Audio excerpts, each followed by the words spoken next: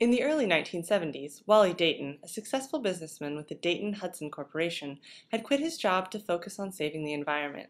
He teamed up with Chuck Dayton, a lawyer by way of DeKalb, Illinois, who with John Herman had just started his own firm.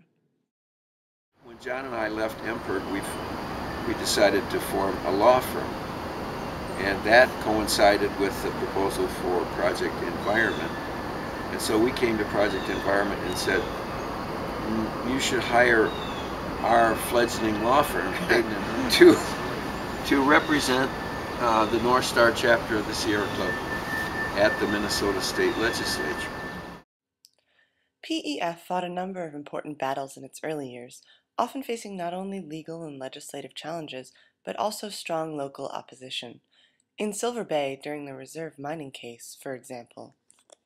Though we were roundly hated, there was a northern legislator named Dave Battaglia who would poke his finger into my chest and say, "You're going to be sorry for this thing." But PEF fought on, knowing that its efforts were sometimes the last line of defense for the environment in Minnesota.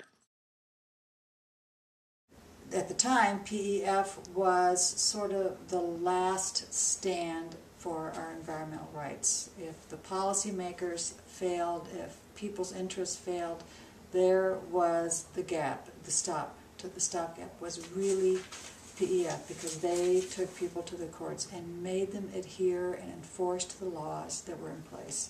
And that was so critical.